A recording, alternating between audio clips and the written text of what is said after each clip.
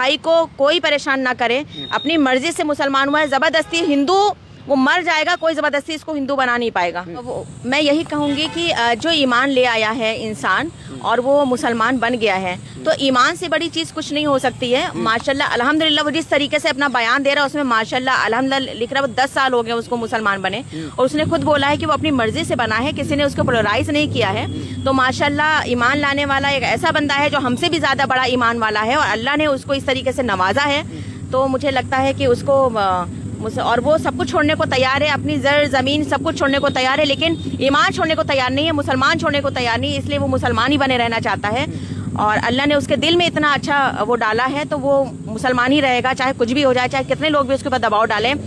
वो पाकिस्तान से कनेक्शन बताया जा रहा है कि पाकिस्तान से कनेक्शन है। यहाँ कुछ भी होता है भैया, पाकिस्तान का ही कनेक्शन बता दिया जाता है। यहाँ आप कॉकरोच जनता पार्टी एक नई आ गई, उसमें भी पाकिस्तान का कनेक्शन जोड़ दिया जी, इतने वहाँ के देखने वाले हैं, इतने लोग वहाँ से जुड़े हुए हैं। यहाँ कोई भी अगर एक सरकार जो भी ये पार्टी, मैं नाम नहीं लूँगी, उनके खिलाफ अगर कोई अगेंस्ट कुछ बोलता है उसका कनेक्शन सीधे पाकिस्तान से, क्योंकि यही एक ऐसी चीज़ निकलती है कि बस इंसान को काफिर वो कर देती है, समझ लो, तो उसका कनेक्शन सीधे पाकिस्तान से जोड़ दिया जाता है। लेकिन ऐसा कोई सबूत है नहीं, लेकिन हाँ ये कहता था, कुछ वीडियोस देखते थे, बहुत सारे यूट्यूब के वीडियोस हैं, वीडियो से ज़्यादा डीएसपी साहब ने बोला मौलाना असरार जी के वीडियो उनके कनेक्शन में है। मौलाना असरार जी की 10 साल पहले 12 साल पहले डेथ हो गई है, वो इंतकाल हो चुका है। अब बताए कि मौलाना असरार साहब अब आके डीएसपी को बताए थे कि हम इसके कनेक्शन में हैं, कुछ भी बोल रहे हैं बिना किसी सबूत के, बिना किसी चीज़ के। उनके वीडियोस यूट्यूब पे हैं, अगर कोई भी देख के मुसलमान हो जाता है तो फिर आप मौलाना असरार पे कर दीजिए एफआईआर, फिर आप किसी भी मौलाना पे कर दीजिए एफआईआर, फिर आप पूरी दुनिया के मौलाना पे एफआईआर कर दो। आप बोलो कि जी सऊदी अरब में वहाँ नमाज पढ़ाई जाती है, यहाँ पे हिंदू ने देख के नमाज पढ़ ली तो आप सऊदी अरब को बैन कर दो। मतलब आपके बस में जो भी होगा आप वो कर दोगे, हद है। लेकिन मैम जिस तरह से आप कह रही हैं, तो वो लड़का तो कह रहा अल्हम्दुलिल्लाह मुस्लिम, मैं ईमान से नहीं हटने वाला। वो बिल्कुल नहीं ईमान से हटने वाला, वो खुद बोल रहा है कि वो खुद ईमान लाया है। उसने सूरतें याद की, धीरे धीरे उसने कुरान पढ़ी, पढ़ने के बाद उसको लगा कि ये असली ईमान है, असली इस्लाम है, सब अच्छाइयाँ लिखी हुई हैं। कुरान पढ़िए, देखिए क्या क्या अच्छाइयाँ हैं। जैसे आयुष मलिक ने पढ़ा है, वो माशाल्लाह मोहम्मद अली बन गया है।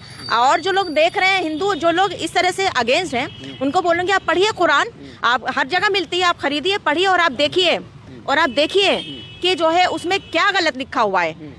संदेश बहुत अच्छा है, इंसानियत का संदेश है, अच्छे से रहो, किसी से झगड़ा नहीं करो, परेशान नहीं करो, एकता से रहो, जो हमारा संविधान बताता है वह कुरान बताता है। और क्या चाहिए इंसान को, आप भी पढ़िए कुरान। संगठनों के लोग कह रहे हैं कि अब मुस्लिम लड़कियों का इस्तेमाल किया जा रहा है, कन्वर्जन जिहाद एक तरीके से किया जा रहा है धर्म परिवर्तन के लिए, क्योंकि जो अमीर घर का अगर कोई हिंदू है तो उसको भगाया जा रहा है। उसने तो आयुष मलिक उर्फ मोहम्मद अली ने बोला है कि मैं तो अपनी सारी प्रॉपर्टी जमीन जायदाद छोड़ दूंगा, लेकिन जो वो मुसलमान है, मुसलमान नहीं छोड़ेगा, ईमान नहीं छोड़ेगा, वो हिंदू नहीं बनेगा दोबारा। तो प्रॉपर्टी का विवाद कहाँ से आ गया? जब वो प्रॉपर्टी छोड़ने को तैयार है बंदा, वो कह रहा है 2 रोटी मैं मेहनत करके कमा लूंगा, मेहनत कर रहा है माशाल्लाह, हलाल की कमाई खा रहा है, वो हलाल की कमाई वो कर रहा है बंदा, उसने ये भी कुरान से सीखा है और वो कर रहा है, उसको लोग परेशान कर रहे हैं। तो मैं यही गुजारिश करूंगी हाथ जोड़ के कि मेरे भाई को कोई परेशान ना करे, अपनी मर्जी से मुसलमान हुआ है, ज़बरदस्ती हिंदू वो मर जाएगा, कोई ज़बरदस्ती इसको हिंदू बना नहीं पाएगा। लेकिन जो अपनी मर्जी से हुआ है, चाहे वो मुसलमान से हिंदू हो या हिंदू से मुसलमान हो, उसके पीछे कोई ना पड़े प्लीज़। आप त्यागी, ये आपका वसीम रिजवी है, वसीम रिजवी बुढ़ापे में जाके हिंदू बन गए। किसने जाके, कोई एक मीडिया जाके पूछी वहाँ पे कि आप काहे को बन गए भाई हिंदू, आप तो मुसलमान थे, आप हिंदू में कैसे आ गए, किस तरह से आ गए? नहीं पूछा ना।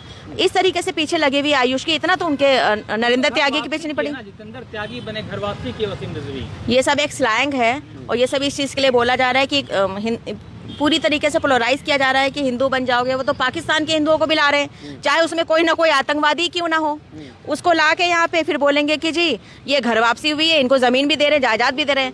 अपने देश में जो फुटपाथ पे सो रहे हैं लोग, अपने भारतीय, उनको ज़मीन नहीं है, उनके पास खाने को रोटी नहीं है, लेकिन पाकिस्तान से लाएंगे यहाँ पे जो सबसे बड़ा दुश्मन है। अरे भाई उसको त्याग दो, आप इस तरीके से मत करो ना, जबरदस्ती यहाँ पे पीछे। सबीना खान, आप कह रही है कि हाथ जोड़ रही है कि आयुष मलिक जो उर्फ मोहम्मद अली को तंग ना किया जाए। हाँ। क्यों हाथ जोड़ रही हैं आप? मैं इसलिए हाथ जोड़ रही हूँ कि वो बंदा दिल से ईमान लाया है, सच्चा मुसलमान है, उसको छोड़ दीजिए, परेशान मत कीजिए। वो वाकई खुदा का बंदा है और उसको अपने ईमान पे कायम रहने दीजिए। वो मर भी जाएगा ना तब भी इस्लाम नहीं छोड़ेगा। इसलिए हाथ जोड़ के कहती हूँ, प्लीज जो भी मुसलमान है उसका साथ दे और हिंदू भी साथ दे उसका, क्योंकि उसने किसी के बहकावे में, किसी के कहने पे इस्लाम को बोलने किया। खुद वो बयान दे रहा है कि उसने पढ़ा है, समझा है, सोचा है, उसके बाद धीरे धीरे करके उसने समझ के किया है। और वो कोई बच्चा नहीं है जो कोई उसको इस्लाम में दाखिल कर देगा।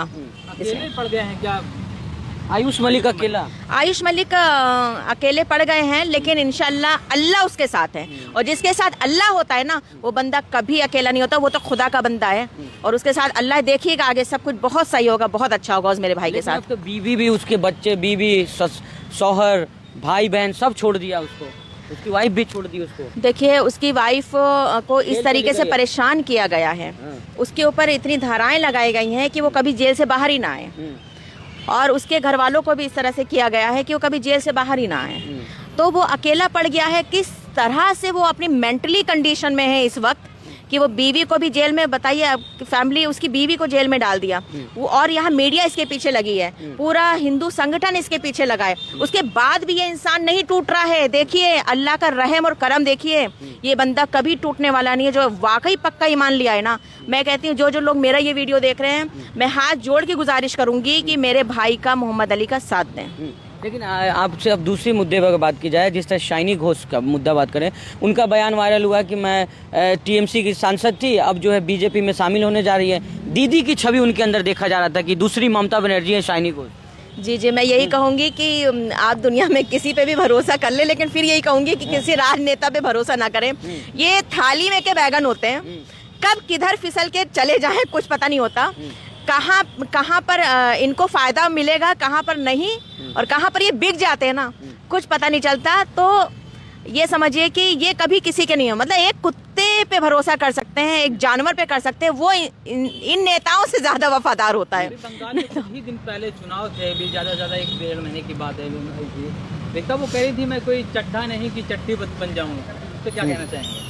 हाँ, मैं यही कहना चाह रही हूँ ना कि ये अभी इन्हीं का बयान ये वायरल हो रहा है कि कोई चड्ढा नहीं। अभी चड्ढा जी के साथ ही ये चड्डी पहन के घूमेंगे मुझे लग रहा है अब, क्योंकि अब ये भी गई है उसी जगह पे। तो अब जो है ये तो रहने दीजिए कि ये क्या कहते हैं क्या नहीं कहते हैं लोग, लेकिन बस इतना जानती हूँ कि जितने भी नेता और राजनेता होते हैं ना, इनकी किसी बात पे भरोसा नहीं करना चाहिए। कब किस पार्टी में है, कब किस पार्टी में आ जाएं, इनका कुछ पता नहीं, कुछ भरोसा नहीं। जहाँ पे इनको बेनिफिट दिखता है, जहाँ पे इनको आगे रास्ता दिखता है, वो वहीं चले जाते हैं, चाहे कितने भी सगे हों किसी के। लेकिन मैम, जिस तरह से यूसुफ पठान कहा जा रहा है कि भाई महुआ मोइत्रा और दूसरे नेता कह रहे हैं, कृति आज़ाद, की यूसुफ पठान अपना ईमान बेच दिए हैं भाई साहब, वो भी भाजपा में चले गए। बहुत से लोग भाजपा में हैं, बहुत से मुसलमान भाजपा में हैं, और गए भी हैं बहुत से मुसलमान भाजपा में। तो अब वही मैंने कहा, नेताओं के कहाँ ईमान होते हैं, कहाँ खुददारी होती है और कहाँ ईमान होता है। ईमान देखा है किसी में ना?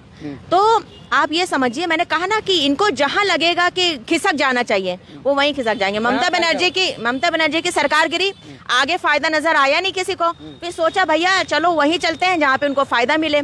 तो जहाँ पे फायदा नुकसान ये देखते हैं, जहाँ फायदा होता है सारे एक तरफ वहीं चल देते हैं। इन सांसदों का बागी होना, क्या ये डर है क्या किसी तरीके का? आगे भी बहुत तरीके के सांसद बागी हुए हैं पहले, तो ये हमेशा से चलता आया है कि जहाँ पे लगता है कि कुछ नहीं मिलेगा फिर वहां से भागी। और ये सयानी घोष जी ममता बनर्जी जी की दूसरी दीदी मानी जाती थी।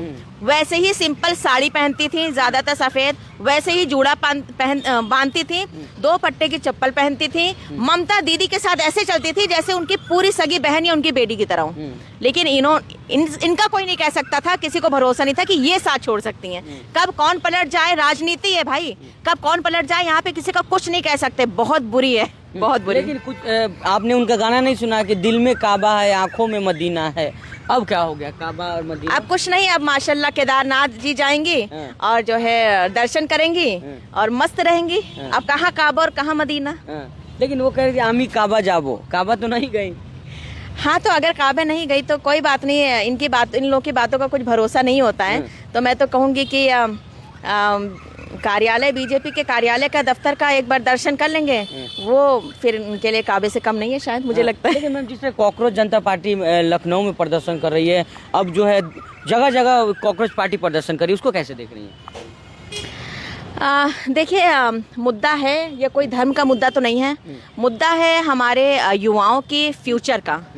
तो किसी न किसी को उठना चाहिए, धर्म से ऊपर उठना चाहिए, अपने देश के हित में उठना चाहिए। आगे देखते हैं कहाँ मोड़ जाता है, क्या होता है। लेकिन फिलहाल जो हमारे युवाओं का नीट का पेपर जो लीक हुआ है, जो धर्मेंद्र प्रधान का इस्तीफा मांगा जा रहा है, ये मुद्दा सही है। और इस पे किसी मीडिया ने उनसे रेजिग्नेशन नहीं मांगा, वरना मीडिया इतनी दोगली हो चुकी है कि उसको कुछ सिर्फ मुसलमान दिखाई देता है, उसको देश में क्या हो रहा है वो देश हित में है ही नहीं। तो इसलिए 157 नंबर पे और चाटुकारिता में नंबर 1 पे है। तो यही कहूँगी कि एक हमारे युवाओं को उठना है, उठ रहे हैं, जाग रहे हैं। जो भी हमारे देश के हित में होगा वो देखा जाएगा आगे। प्रधानमंत्री मोदी जी देश के पहले प्रधानमंत्री जवाहरलाल नेहरू का रिकॉर्ड तोड़ चुके हैं। 12 साल से ज़्यादा, 12 साल उनके पूरे हो चुके हैं। ये तो अच्छी बात है। हम तो यही कहेंगे कि नरेंद्र मोदी जी और आगे सरकार चलाएं जब तक रिटायर नहीं हो जाते, और देखते हैं और आगे क्या होता है, कितना विकास होता है। जो विकास है वो तो हम देख ही रहे हैं। 12 साल बेमिसाल है ना मोदी जी के। हाँ, कुछ 3,356 दिन कुछ ऐसे ही हुए हैं, या 5,000 समथिंग दिन हुए हैं। तो ठीक है, अच्छी बात है। मैं कहती हूँ देश का विकास होना चाहिए, चाहे 12 साल रहे या 22 साल रहे।